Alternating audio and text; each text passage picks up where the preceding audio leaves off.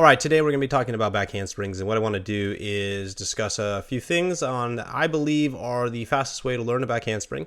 Now, I know that there are thousands of different ways to learn a back handspring. I know that people have all their sorts of drills and their preferences, but this is what I've found to be the quickest way to teach somebody how to back handspring without having to spot them or do any sort of crazy setups. I have a lot more thoughts on this, but I'm just going to dive in. Now, this is happening on a trampoline. So if you do not have a trampoline, I would say just go buy a trampoline. You need a trampoline. Trampolines are everything. If you don't have a trampoline, there's problems. So here's the three things that you need to know how to do before on a trampoline, before you even start these drills. And we'll get more into why these drills are important down the road. But back bounces, you need to be able to bounce on your back over and over and over again with just landing evenly on your shoulders and hips at the same time, pumping your legs. Then you'll be able to do a back bounce at a 45-degree to straight. This is a shape change, timing, tension type of drill where you basically just shoot open, find a straight body position, but at a 45-degree angle, and then land back on your back. This is just a timing, rhythm, tension drill. And then you'll be able to stand on your foot, one foot, land on your back, and just come back to your feet. This is just a way of finding rhythm and timing of going back and forth, back and forth. So these are not things that you should be learning at the same time. These are just progressionary steps that you should already know how to do and be competent in. So here's the 4 drills. Now, these 4 drills, what makes them important is that they mimic a back handspring as close as possible to a back handspring without actually being a back handspring. And once you know how to do these 4 steps, then learning a back handspring is pretty much instantaneous. It really takes nothing.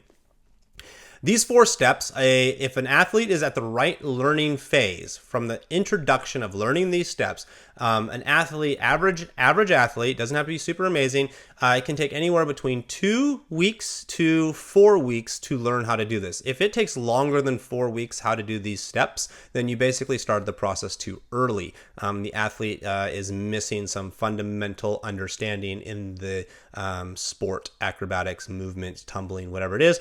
But generally, from starting this point, if you're starting at the correct time, and so you might experiment with some athletes and see how long it takes them to learn this. If they learn it within 2 weeks, you know that you started at the right time. Mostly 2 weeks is as long as it should take, and 2 weeks being a recreational class where they come literally once a week, and they might spend this process about 20 minutes on this is where we're going to have trampolines. So about 15 to 20 minutes. So you could say about this should take about 40 minutes to learn, start to finish, 40 minutes at the shortest curve, and it could take as long as 80 to 100. Well, 4 weeks would be 20 times 4, so it'd be 80 minutes. So 80 minutes at the slowest curve. So here's what we have. Okay, we have a back bounce that shoots open to hands on the ground, a 3/4 45 kind of handstand, arched handstand, and that returns back on the back. Now, why is this important? Because when a person is learning how to do a back handspring, they oftentimes will throw the arms and open the hips, and then they might pull the toes early. They don't know how to push down through the legs long enough, sending the hips up into the air as they're sending their shoulders down and their head down and their chest down into the ground. This is a rhythm timing type of drill while introducing inversion. So if you notice that the hips and shoulders are in a closed 90-degree angle, and as they bounce open into the 45-degree arched handstand, the hips and shoulders have to open in sequence with each other. So there is a relationship. They're synchronized with each other, and they're rhythming with each other. And so there's this hip-shoulder relationship of hands and feet going opposite directions, which is what a back handspring requires, is that the hands and feet go the opposite direction. But what you oftentimes will have is an athlete will learn how to back handspring and they'll pull their toes. Now, if they pull their toes, that means they're closing their hips. And so you have a shoulder opening, hip closing problem. And you'll say, no, don't pull your toes, leave your toes down. Well, this is, the coordination they need to understand and feel while feeling what inversion happens. So you're solving several problems here. Then you have the back bounce to feet, back to back. Backdrop, arch stand to backdrop. Now, this drill allows athletes to feel incredibly scared because their head is low to the ground, their arms are low to the ground, it feels like you're going to land on your head, but it's totally safe because you're going from your back to your feet, therefore you're traveling forwards while exposing yourself to this kind of, I don't feel safe, I'm about to land on my head feeling. And so you're traveling the opposite direction, so it's not as dangerous, but you're still in the position where you might be afraid. As you notice, the hips and shoulders, essentially there's a line going through the hips and the shoulders, and the head and hands are below the height of the hips and shoulders. You will find that most students will want to pick their head and hands up. They won't want to leave their head and hands back. But anybody who can do this is now familiar with the scariest part of the back handspring, that part below the horizontal line, right? That's the scariest part of the back handspring, jumping into that position. And so as an athlete gets more confident and comfortable in this area, they're more likely to jump 100% effort and energy into that position, that space. They're not familiar with it. Now they're getting familiar with it. Now, what I like to do is have athletes look at the trampoline and actually point at the trampoline when they see it. This way I have a visual cue to let me know that if they actually see the trampoline and if they're actually pointing to the trampoline. And then this lets me know that they know that they're in the right region, the right area, the right space. Even if you do not have shoulder flexibility, I have terrible shoulder flexibility, you can still do this. You can still bend your arms. There's still lots of room for error to happen here. Deficiencies to exist in this space and to build confidence in it. And so between these two drills of back bounce to arch handstand and feet are on the ground, now I'm arching, I mean, that's basically everything the jump to back handspring is. The jump to back handspring is, can you sit and throw yourself into the scary backdrop arch stand position, and if you have enough energy, your feet will pull off the ground and you'll end into the first drill, which is the 3/4 arched handstand. It's basically the back handspring right there. But then we need to play with something and actually apply ourselves. And it's very important from my understanding that a person learns how to mimic the effort and energy required for the skill in a drill. And when they mimic the effort and energy required in the skill in a drill, then they are actually able to cross over to that skill so much easier. The problem I have with a lot of back handspring drills is it removes the effort and energy required for the skill, and it slows things down, and it takes the responsibility out of the hands of the athlete. Creates air awareness. Not most people actually have air awareness problems. They have effort and energy problems. They have fear problems, but fear is generally overcome through doing the actual thing, not hypothesizing the idea of doing the actual thing. It's not playing imaginary games. You actually have to do the actual thing. Most people do not know how to visualize inside their head. You take a level 10 athlete, they can visualize a lot of new skills inside their head and feel it inside their own head, and then they can do it. But as a beginner level athlete, they're not going to be able to visualize skills inside their head. They can't go into the mental realm. They need to actually feel the scary place and actually know it's not that scary. It's actually safe. They actually are capable. And so this is where we get into the seat drop bounce arch handstand. So now we're introducing the throw, the hip throw, the shoulder throw into the very same thing we just did a second ago, which was that 3/4 arch handstand. But now they're doing it from a seat drop bounce.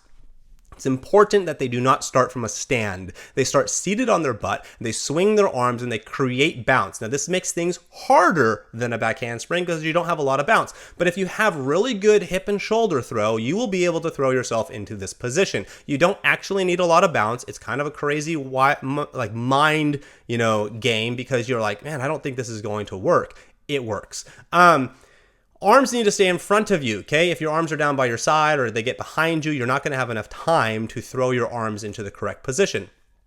You can do this supplementary, prerequisite thing. You could do this into a bridge. You can actually seat drop bounce and throw into a bridge and be totally fine. That's a 4-inch mat that we put on the trampoline to kind of absorb and catch the arms. I wouldn't recommend doing it directly to a trampoline. So we put a 4-incher on skill cushion on the trampoline to kind of just help absorb. And because a person has already done the other two drills, they should be comfortable falling back to their back. There should be no crazy weirdness. They're leaving their toes behind them. Most people can't pick their toes up and flip over. They just end up suitcasing, but nothing major. You can't really land on your head. You can't do it. I've never had an athlete get injured doing this. We've put all our rec kids through this when they learned the back handspring. There are some steps you need to explain. There are some understandings, like for instance, you should, as your seat drop bouncing, you need to be at the bottom of the trampoline. So when the trampoline bottoms out to throw into the 3/4 handstand back handspring position, so that the trampoline is rising to push you up as you're throwing open into that arched handstand position. So you do need to know where the trampoline is and when to initiate the throw. You do not want to initiate the throw at the rise or the height, because it'll just stall. You'll go nowhere. There'll be no rotation. That's the most dangerous place you could throw. But other than that, you're not very high off the ground. Most people will automatically correct the problem here in this drill, and they don't generally go outside their realm of possibilities. And then you have basically the do it better form. It's open your shoulders, open your hips even more. Do not force the back handspring to happen. A lot of kids or coaches even will start asking the kid, "Oh, you're almost there. You know, just pull your toes over. Don't ever force the back handspring to happen. You throw, and if the throw is right, it will happen. You do not try to make stuff happen in tumbling. When you tumble correctly, the stuff just happens. And so that's the one, beginner level mistake that people will make, is they try to muscle things to make them happen in tumbling. Just don't do that. It's not worth the mistakes that are going to come your way. Notice now there is an issue at this 45-degree arm angle. Okay, if you are pulling your toes, you can put funny pressure onto your arms. Nothing has ever happened as we have been teaching these in the sense of anybody damaging their arms, but I'm not you, you're not me, and I don't know what your level of quality is. And so I would just say that if you're going to pull your toes early at this 45-degree arm angle, you're risking injury. And so there should be nothing going on with trying to pull your toes or forcing anything to happen. Kids have tried to pull their toes at this weird 45-degree angle, and if you pull your toes too much and your shoulders do not travel, you're just going to suitcase onto your head. Now, the fall is not very far, but nobody likes a good neck crunch. That never feels good, and so, people are usually not happy. But again, there's consequences for doing things wrong, aren't there? And whether you were spotting it or not spotting it, there's consequences for doing things wrong. So again, go back to these two drills. This person who's done the back bounce into the arch handstand knows not to pull their toes. They've already learned. Don't pull your toes. And they should know how to cross that information over to the drill because they've already learned how to not pull their toes over at the preliminary seat drop 3/4. So if they start pulling their toes, they're just being a dum-dum. So stop them and send them back to other drills. Additionally, this person over here has air awareness of being upside down and knows how to not land on their head. They know how not to get neck crunch because they have to go back into a backdrop position before they land on their head and hands. So they know how to go from this arch position back into a backdrop. So you should never see somebody do funny business over here if they're actually competent in these two drills. Okay, the only time I've ever seen anybody do funny business in the seat drop back handspring is because those other two drills they're not good at, and the coach is allowing them to progress when they shouldn't. So keep that in mind. Now, these are the 4 drills. You can learn how to back handspring all by yourself. You do not actually need a spot. You do need to understand where up and down is. You do need to understand how to throw your hips, and et cetera, et cetera. So there's more education that might need to happen from you being a coach, communicating it to the student, but these are the 4 drills that you really need. After that, you can basically, once the person can do it, ask a kid to come up to you and just spot them a couple times on the back handspring from a stand so they actually feel comfortable, and then boom, they're off to the races on a trampoline doing back handsprings by themselves. Because whether you're doing it from a stand or from a sit, it's basically the same thing. Because doing it from a sit is a little bit more tricky and more challenging, it becomes easier to do it from your feet, surprisingly. And then all those conversations have already been covered on don't pull your toes, open your shoulders and your hips, and et cetera, et cetera. Okay, but let's go a little bit further. Okay, here is some things that are a baseline requirement. So how do I know somebody's ready to start learning a back handspring? Well, here are some baseline requirements just to see if a person is even ready to start learning a back handspring, because sometimes we start teaching back handsprings before somebody is even physically ready. So, surprisingly enough, it took me a long time to learn this, and I wish everybody understood this, but every single skill you learn, you can actually test for if somebody's ready to learn that skill prior to learning it. And there's certain things you might have to consider on what you need to test, but you can always test to see if a person is ready before they learn it. Now, I do not have a comprehensive list of every single skill and how you would test for every single skill, because becomes kind of common sense and understandable as you get more seasoned as a coach. But when you're trying to train other people, if you're a business owner and you're trying to train employees, this is like live or die type of stuff when it comes to employee training. This is all the stuff I stick my employees through, is they need to understand the prerequisites to learning what I call sticky skills, or skills that are a little bit more tricky to learn. And they learn how to identify if somebody's ready to learn a skill before they even get into the learning a skill. And so one example would be is you'll have a new coach, the kid will be like, hey, can you spot me on this thing? And maybe you're in an open gym, maybe you're in a certain level or something, and the coach will be like, okay, good, I'll go spot you. And I shut that down and I say, no, you never go over and spot somebody because they ask you to spot them. You ask them to do the prerequisites first to prove to you that they know how to do what is asked of them first before you'll even spot them. And so if somebody were ever to come up to a coach and say, hey, can you spot me on a back handspring? That coach would say, show me these 3 things first before I even attempt to spot you on the back handspring.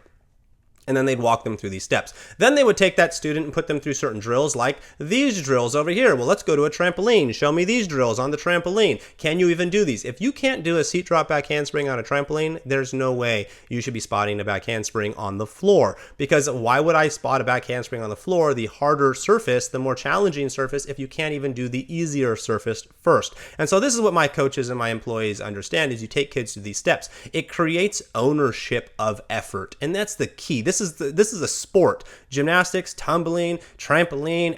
This is a sport of ownership of effort. Okay, so if you need to write that on your wall or put that in your gym, it's ownership of effort. If you do not take ownership of your effort, there is nothing you can learn because now the coach is doing the learning for you because you have rejected ownership of effort. So everything we do is you need to earn the process by owning your effort, and you need to prove that you can do the effort every single day. I don't care what you did yesterday, it's what can you do today that matters because yesterday was a different day. Could have got lucky. Could have more energy. Today you might be a little bit more tired, so it doesn't work out so well. We need to know what you can do today, not based off of yesterday, but based off of now. So here's your 3 prerequisite steps. Okay, can you do a long jump from the distance of your feet to your hands? This is going to stretch out. So you lay on the floor, you measure out your feet to hand distance, and you see if you can long jump that distance. This is going to let you know if a person can move their center of mass the length of their body. Kind of an important thing. Can you move your center of mass the length of your body? If you cannot do that, move your center of mass the length of your body, you're probably not ready to start learning back handsprings. This is a shape change tension drill. It's a timing, shape change, tension. It's got all these things. So you stand on a resi, a porta pit, okay, and you jump up in the air. You go to a pike jump. And then you open to a straight body flat back position. You land flat on your back with tension, with straight body tightness. This is a timing, shape change, everything drill. If a person cannot do this, they're not going to stand and throw themselves backwards into a stretched arch position for a back handspring and do it with competency. Okay, because this is a lot of coordination, a lot of timing, a lot of rhythm, a lot of tension going on, a lot of moving pieces like a back handspring, but incredibly safe that anybody should be able to do. Then you have a back extension roll. You should be able to do a back extension roll from a straight body stand down a wedge and just fall into a straight body back extension roll, whatever, tucked hollow, however you want to get into it. And you should be able to do this because you should be able to open your hips and shoulders and prove that you know how to open your hips and shoulders, applying pressure and tension into your hands and have the ability to load your body weight onto your arms. Like if you can't load your body weight onto your arms, you're just going to crash and die. Back extension roll. Doing it from a stand and a straight body fall. So kind of like you're falling into a candlestick, essentially. You can tuck your legs to create more momentum, but you could just not tuck your legs also. And then you need to actually have fingers facing, and palms facing out. Actually have proper. If you can do these 3 things, you're ready to learn how to do a back handspring. Now, there are 4 types of back handsprings you do need to know how to do. So once you've learned the back handspring, there's actually 4 types of back handsprings you need to know how to do. And the reason why you need to know how to do these 4 back handsprings is because every single skill that you're ever going to do is going to come from these 4 types of back handsprings, okay? So we have a back handspring that goes to a front support. This is a core control. This is a learn how to not pull your toes and keep your core tight, okay? This is basically just for any sort of back handspring connections. This is actually, can you just do a back handspring? It's just asking for more core control. Nothing wrong with this. This is a great core shape tension drill. But if I want to start connecting back handsprings, I want to know that somebody knows how to keep their core tight and that they're not going to actually be sloppy and loose, okay? Because we're going to have another thing that's going to add to that connection. So this is just your basic back handspring. You could kind of throw it in the trash can and not need it, but it is, the early learning phases is kind of important. It also does let you know that if a person's ready to do back whips and back layouts, because if a student can actually keep core control through this, that's basically the core control you need for a back whip or back layout. Okay, then we have a back handspring where there's no weight put on the hands. So the elbows are actually allowed to bend and you pike down. Now, this is the ultimate back handspring you actually need to learn how to do. This is the back handspring that sets you up for everything, is you don't put the weight on the arms and you slam the feet into the ground as hard as you possibly can. This applies to round-offs too, but round-offs are really hard to not put weight on your hands. And so that's why round-off tumbling, if you do direct tumbling out of a round-off, looks a little bit more different than if you do direct tumbling out of a back handspring. The reason why you bend your elbows, okay, two reasons. One, if you push your weight into your arms, then the ground is going to push against your arms and elevate you, rise you up, which means your center of mass is not going down. So you actually take the weight off your hands, you bend your elbows so that your center of mass keeps dropping. The more your center of mass drops, go watch power tumblers when they do their back handspring for their dismount, their last tumbling pass, or tumbling element, they bend their elbows, drop their center of mass so they can push the surface down even harder, and they are slamming themselves into the ground as hard as possible. We pike down because this is how we're going to load the body without ripping our Achilles off, essentially. And so what you're doing by piking down is you're now adding, as you stand up, you're loading the feet essentially over time instead of instantaneously. If you were to do a straight body slam into the ground, okay, kind of more like if you're to do triple fulls or something like that, where you're more of a stiffer, straighter body, you're loading your entire body at the same time. This is more sequential loading. This allows you to actually create more throw, hip action, arm action, and create acceleration through the throw, but you're not loading the legs as much. You will find this style, okay, there's extremes to everything. There might be less, might be more, depending on what you're doing, but you're going to find this style more along the lines when somebody is doing a double layout, when somebody is doing, you will see a little bit of it in the round off Yurchenko entry happening with the pike down of the round off. But basically when you're doing double flipping, twisting, things like that, you're not going to see it so much when a person is doing multiple twisting, single flipping. So, a single full, 1.5 full, double full, 2.5 full, triple full, quad full. You're not going to see this style as much. Now, there are some people who do use the pike down hip throw to actually create a crazy amount of torque, but that's a very technical thing and it's very subtle. Okay, so this is for multiple tumbling, and this is very good for learning how to turn over the body and see about connective tumbling as well. Then we have the back handspring where we land with our hands on the mat. Okay, this is an 8-incher. If you didn't know what this blue mat is, it'd be an 8-incher, and we snap our feet to wherever our hands landed. Now this is your Yurchenko layout, turnover, rotation vault. Okay, so this is my Yurchenko vault. How can I turn over, snap over, whatever it is? It's going to require some rising. Some people don't like to use the word snap down, so they're going to snap up. Clever. This is just creating rotation and landing on your feet where your hands are. So Yurchenko vaulting.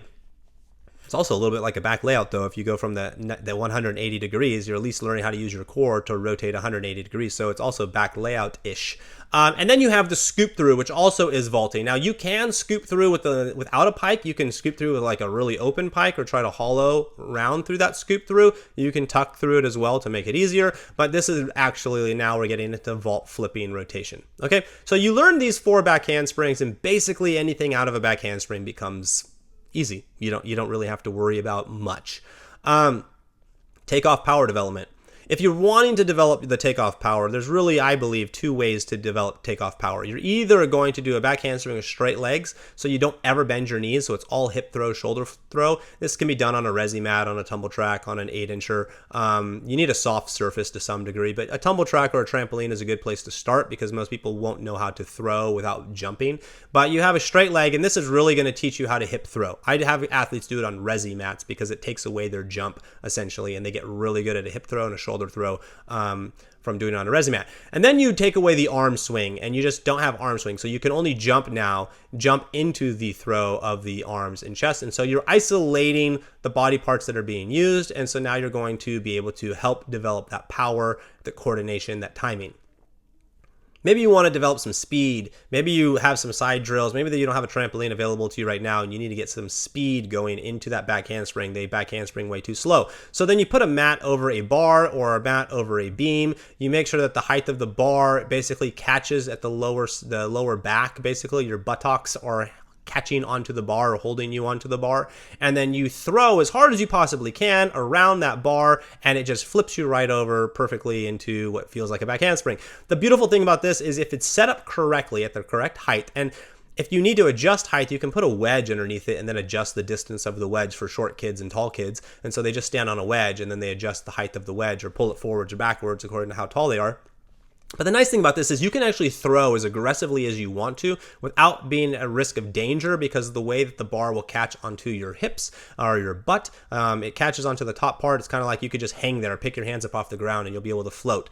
And it works for all ages, all levels, all abilities. And so now they can commit to 100% throw with feeling safe. That's pretty cool. Can I move my center of mass? This is a huge question when it comes to power to weight ratio. So this is like you go to a resi mat, you just jump forwards into an arched stretched position, and you just land flat on your back. Then you do it from a pike stand. This requires a more stand-up hip throw, and this is just literally a can you move your center of mass drill. You're not going to get better at back handspring directly, but indirectly you'll be able to see that the kids who can do this well back handspring easier than the kids who do not do this well. They will struggle with back handspringing. This is a great drill. That's a kind of a idea take off of a back extension roll. Basically, you're at a wedge. You make sure that the edge of the wedge is at your shoulders, your neck. You don't want your shoulders sliding off of it. First step is you just pull your toes over and land in a pike stand, and then you learn how to open your hips and shoulders into the handstand phase. And so now you got this rhythm timing of loading your arms, using your hips and shoulders to work together to get to that position. You can do it with a block as well. You can cartwheel into it. You can turn a block sideways and cartwheel into it, into the backwards roll, hip throw action, and you can do all of that. Here's some other drills. These are the kind of those types of drills that you may have seen before, but these are like so far away from what a back handspring actually is. I mean, doing an arch fall thing is not, you're not going to get good at a back handspring doing an arch. You might now understand body shape things, but it's not like because you can do this, you can do a back handspring.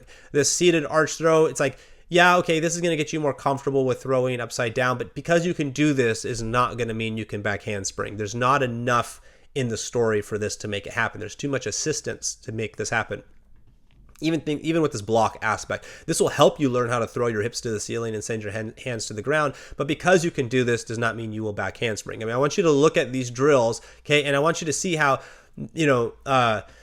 well, this isn't even a back handspring drill with this wedge arch fall thing, but if I'm falling and throwing off this double wedge action, put my feet on a block, I'm falling into this whole thing, this whole throw. I mean, that's way done better if you're this does a better job at allowing you to throw and feel actually the energy of throw pull you over. Okay, and this does a better job at allowing you to throw and feel the throw pull you over into a position. So kind of understanding that these are inferior drills, essentially. They're not as cool. This is a kind of a clever one. You must be spotted. You start seated on an 8-incher, usually put on a tumble track, and you stand up and you throw. So you stand up and go into the bridge first, and then you can stand up and try to throw into kind of this jumped arch bridge and roll out. But again, you don't need it. You don't need it if you do the trampoline drills. These are other things that people have done in my facility, other ideas coaches have come up with, and they're great. They serve a purpose if you're on tumble track and you need back handspring drills on tumble track, but they don't teach you a back handspring. You can teach a back handspring without it. Here's other drills that you can learn a back handspring without all this stuff. But there it is.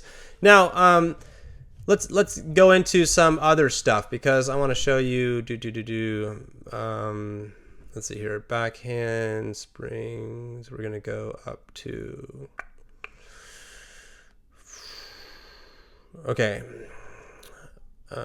back handspring tumbling. Okay.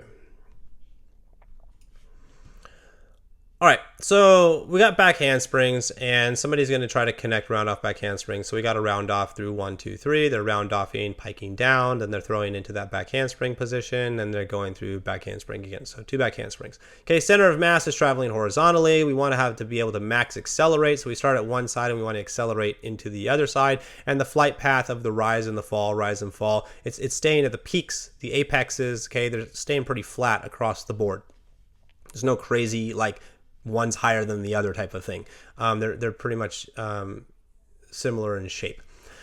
But here's what we need to understand. We want to break down in this back handspring is there is a loading phase. And when you're loading the surface is going down, and you need to know what you're doing. Are you rising or falling when you're loading the surface? Now in a connection tumbling, you're actually on the fall side as you're loading the surface. So you load the surface as you're falling. Most people are not comfortable loading the surface as they're falling because to them falling happens instantaneous. They don't realize that the fall has a delay. There's actually time that's going to happen. They're not going to fall immediately into the ground. And so a lot of people don't load on the fall, they load on the down, or they load on the rise. If you load on the rise, that ain't good, unless you're on a really bouncy surface and you can travel. Now, so you're loading the surface, you want to load on the fall, but there is this hip travel, so you need to allow your hips to travel. Not only are you loading on the fall, there's actually a travel point where your hips are traveling. And there's a point where eventually you don't let your hips travel anymore, that then you shift around your center of mass. That's when you shape change. You throw into that arch position, you shift. Now, what I tell athletes, especially students who are new, is I say, look, you send your head and shoulders into the ground as hard as you possibly can, like you're going to land on your head, but you send your belly button directly to the ceiling. So you send your belly button as hard as you possibly can up, and you send your head and shoulders down. And if those two things are in correct relationship with one another, nothing bad's going to happen. You're going to flip. It's when you don't send your belly button to the ceiling as hard as you possibly can, and you send your head and shoulders down. So when the head and shoulder in the shift is going down, and when the force is greater than the belly button going up, essentially, that's when you run into a problem. Okay? And you need to understand that there's a launch position. You don't want to launch up. You want to launch down. So when the surface is rising and it's launching you, you want to make sure that you're actually going upside down. A lot of times people do not get upside down, parallel, horizontal enough, okay, for when the surface launches them up, that it turns them over. They're upright too much. And so when the surface is launched, you just literally can't rotate. All right, so what you'll commonly see is somebody loading on the rise, and this means that they're traveling left to right, and so their feet are more behind them. And if you load on the rise, basically that means that your body is traveling up as you're trying to load the surface. You're more than likely going to get into this slow rotation. You're going to throw and you're going to stall, but you don't want to load on the rise. In the squat pivot, so oftentimes when somebody's pivoting, they don't actually feel comfortable falling, so they lean their chest forward, so their butt goes backwards, but their chest goes down. They're not actually pivoting, and so that creates the problem. And then they have slow rotation. Everything's kind of moving the wrong direction. These are what you commonly see. What happens when you load a back handspring on the rise? I mean, I think most people know what happens when you load a back handspring on the rise.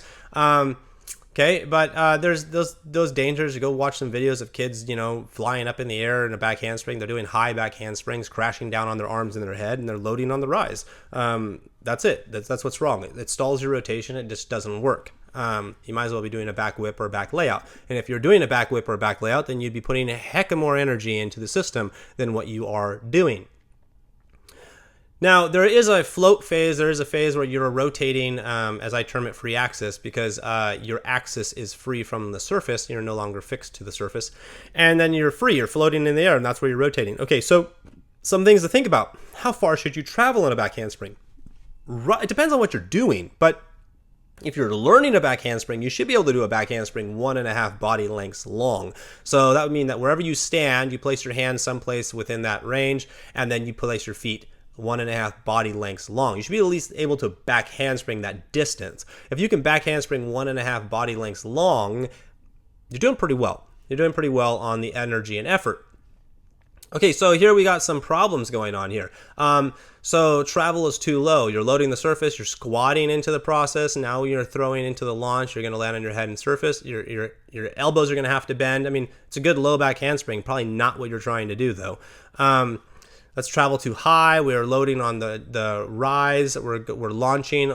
We haven't fallen down enough, and so our angle is traveling too high. We're arching, collapsing, or maybe you're suitcasing. Your travel's too high in your suitcasing. And just right, we're following this nice arc going on. You're loading on the fall. You're loading on the down to the fall, and then you're traveling through. Here's just some silly pictures I've drawn. Here's you're in a closed shape position. You throw to an open position. You're rotating in the air in an open position. Your hands contact. A lot of people make the mistake of making hand contact happen where their body is not over their hands. Body weight on top of your hands, great, but you actually want to be center of mass a little bit past your hand contact point so that your body's still falling and you're not putting as much pressure onto your hands. And then you're closing into that snap down. How do I create fall? connections. So many people struggle with connections when they're first learning. And I just think the simplest cue is because you can't see your feet. And so the easiest thing to do is just say, hey, can you see your feet? Take somebody to a tumble track, make them do a back handspring, make sure that they can actually see their feet, and then throw from this position into a back handspring. Now, if we go back to the back handspring drills and ideas, remember there was a back handspring where you had to throw with straight legs, no knee bend, and you just threw from basically this position. And so if you take somebody to a tumble track, you ask them to do a back handspring, they pike down, they can see their feet, and then they just pause, wait till nothing's happening, and then throw into the next back handspring, that person's going to be able to connect no problem. But for the person who is not looking at their feet, can't see their feet, they're not picking up their head and shoulders and chest, they're picking up their hands too early because they can't see their feet, they're actually loading on the rise because they're not getting their feet underneath them, and everything is just off and weird, which is why you oftentimes will see a person do a low first back handspring and a high second back handspring because they're not getting their feet in front of them, because they're not actually looking at the ground, because they're not actually falling on the load. Great, some funny things happening here when people are shifting at the wrong time. So if we're loading over here, if you're shifting early, so you're pulling your toes early, you're shifting early, you're piking down, which isn't actually a bad thing if you're doing like double layouts or stuff. You'll see people shift early into that. Then you have loading and shifting just right for the back handspring. If you're shifting late, so you're staying arched much longer than you need to be, shifting late. Here's some other pictures. Do we even care about all this stuff? I don't think so. Boppity bop bop. Cool. I want to show you one other thing, just to give you some understanding, some context. So, something to think about is you're creating torque with your body. There's either internal or external torque, essentially. You're using the torque from the surface and you rotating through over the surface, or you're creating internal torque through hip and shoulder throw. The amount of torque you're using, essentially, is going to determine how much force or power or energy you have in the system. But you got basically flipping torque. We're not going to ignore the twisting torque. Back handsprings is about generating as much flipping torque as possible. And so if somebody's not comfortable throwing as hard as they possibly can into that flipping torque, they're going to have problems. This is actually going into more twisting stuff, so I don't want to go over there. Let's see here.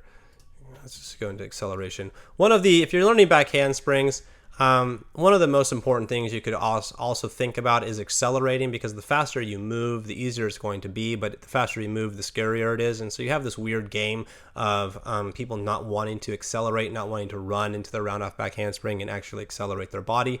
And it is important to understand that horizontally, it's easier to accelerate horizontally than it is vertically. If you're to try to climb up a hill, it's much harder to accelerate up a hill than it is horizontally. Length and size. Now, a smaller athlete can accelerate under a shorter distance. A taller athlete is going to take longer to accelerate. And so there is a distance problem that happens where you will have shorter athletes who can, if you have a certain section of floor and you're trying to run into that round off back handspring, some people will be able to accelerate just because the distance is limited versus not limited according to their height. There's ways to think about acceleration and deceleration. It depends on like how much distance are you covering over time. Are you covering more distance over the same time, or are you covering the same distance faster? I mean, that's really what acceleration looks like. And you want to know that a person can basically do 3 back handsprings and the third back handspring is accelerating faster than the previous 2. So you want it to be faster, faster, fastest, and it goes faster and faster. This is more into vault stuff, but just something to consider is, deceleration. When people are slowing down, if you're doing round off back handsprings and they're running into it, when people are slowing down, they're usually heel striking. And so when you have athletes who have heel problems, you see a lot of kids wearing heel cups. It's just because they're literally slowing down before they go into their tumbling pass. And that's a lot of vault usually, but floor tumbling, the same thing is you're slowing down, you're going to heel strike. And if you heel strike, you're going to get that whole heel problem, which I'm not even going to go into, but you guys know it exists.